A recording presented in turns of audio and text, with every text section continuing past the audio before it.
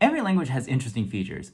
German has crazy long nouns like Donnerdampf Schifffahrtselektrizität und Hauptbetriebswerk bauende Beamtengesellschaft, which I think means potato, but I don't really know German, so I could be wrong on that. And English has crazy verb tenses like future perfect continuous, as in, I will have been running for 5 minutes by the time you set those thermal detonators, which I'm sure will come in handy. Japanese has verb conjugations. By the way, a much better resource for learning Japanese verb conjugation instead of this video is if you were to just go to Google and look up Japanese verb conjugation, because like the first two hits, the number one is like this Japanese verb conjugator, which is this interactive thing you can type in a verb and it'll give you all the conjugations. And the second one is a Wikipedia entry, which has like this chart of verb conjugations all built into it, which I'll link to in the description. Those two are going to be way more comprehensive than anything I can give you, but if you're just looking for an intro video, well, here we go. Japanese verbs tend to be pretty regular. So in English, the verbs are in infinitive form: to go, to run, to read, or to eat. And in Japanese, that would be iku, hashiru, yomu, taberu. And you'll notice all of those verbs end in u. And so to get the negative version of those verbs, then all you have to do is take that u, turn it into an a, and then add nai. So iku, ikanai. Hashiru, hashiranai. Yomu, yomanai. Taberu, tabenai. That last one's a little bit different. So in that case, we just dropped the ru and then added nai. So taberu, tabenai. And there's just going to be a few exceptions like that. You're just going to have to memorize them. But that's basically the regular form of the verb and then the negative form of the verb. But my mom wanted to make sure that I mentioned keigo, which is basically respectful language. And there are kind of three versions of politeness in Japanese. First of all, there's just the general polite language. So instead of using the u form of the verb, you kind of use the mas form of the verb. So iku becomes ikimasu. Hashiru becomes hashirimasu. Yomu becomes yomimasu. And then taberu becomes tabemasu. And then the negative form of that is actually a little bit simpler. You just add masen instead of mas. So ikimasu becomes ikimasen. Hashirimasu becomes hashirimasen. Yomimasu, yomimasen. And then tabemasu, tabemasen. But then that's just to say things kind of politely. There's also ways to raise up the person that you're speaking and humbling yourself. So there's kind of the honorific and then the humble version. So for example, let's suppose you're talking about your boss and your boss is eating.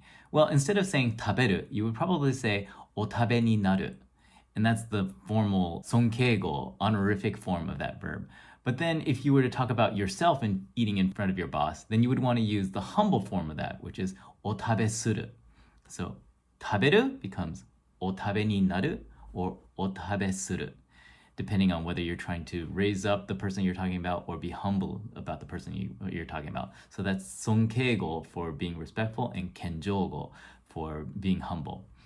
But this is also orthogonal to whether you're being polite or not. And this might sound a little bit confusing, but it's the difference between who you're talking to and who you're talking about. So the whole respectful or humbling is all relative to who you're talking about, whether it's your boss or whether you're talking about yourself. And then the politeness is more about who you're talking to, whether you're talking to your friend or whether you're talking to your teacher. And so if you're talking to your teacher about your boss eating, then that becomes otabe ni narimasu. And then if you're talking about yourself eating in front of the boss to your teacher, then that becomes otabe shimasu. So it's a little bit confusing, but it's like hopefully I can later on create a 2x2 grid that kind of talks about like when you use each of these things, and maybe it'll become a little bit more clear. I don't know. Did I do a good job making this chart, which I haven't made yet? I'm hoping. All right. Hopefully that makes sense. Next up, we have all the other forms of the verbs. So we've already covered a few of them. The u form is the infinitive. So like to go or to read is like iku or yomu. And then we've covered the a form, which is kind of used to use negatives. So iku becomes ikanai, and then yomu becomes yomanai. And then we've also touched a little bit on the i form, and that's used to make things more polite. And so iku becomes ikimasu, and then yomu becomes yomimasu. And then there's other uses for the i as well. So you can use that to express desire. So ikitai and yomitai means like I want to go or I want to read. And that's just basically adding tight to the end of a E form of the verb. And then there's also fortunately, we've got 5 vowels and we're using them all for every one of these verb kind of conjugations. There's also the e form of the verb, and so like that's the imperative. So iki or iku becomes ike, which means you're telling somebody to go, although that's very rude, so don't do that. And then yomu becomes yome. And again, pretty rude. Don't directly tell them to do that. But you can use that in conjunction with other things to form like a conditional. So iku becomes ikeba to mean if I go, and then yomu becomes yomeba if I read. I guess there's only one vowel left, which is the o. So that's like they call it the volitional form.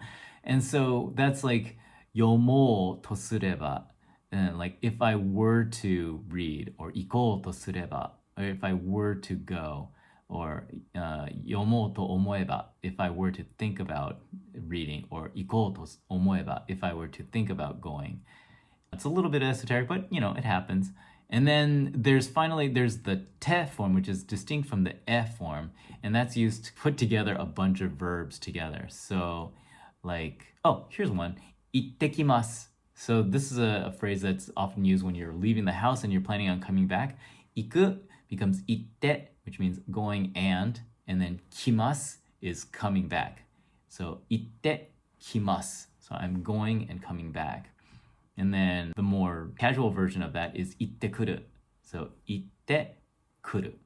But the crazy thing is you can just glom all of these verb conjugations together. So you have, for example, iku, which is to go, or ikaseru, which is to allow to go, ikasetai, ikasetakunai, ikasetakunakunaru, ikasetakunakunaranai, ikasetakunakunaranakereba. And finally, we have ikasetakunakunaranakereba yokatta, which could be, it would have been good if I had not decided that I did not want to let them go, or because Japanese pronouns are often dropped, there were no pronouns in what I just said. And it could also be, it would have been good if they had not decided that they did not want to let me go. You just kind of have to figure it out from the context, because that's Japanese. Anyways, hope you enjoyed it. So there you have it, Japanese verb conjugation. Hey Dyson, what's a pirate's favorite letter of the alphabet? R. You'd think so, but it'd actually be the C. Ha ha ha ha!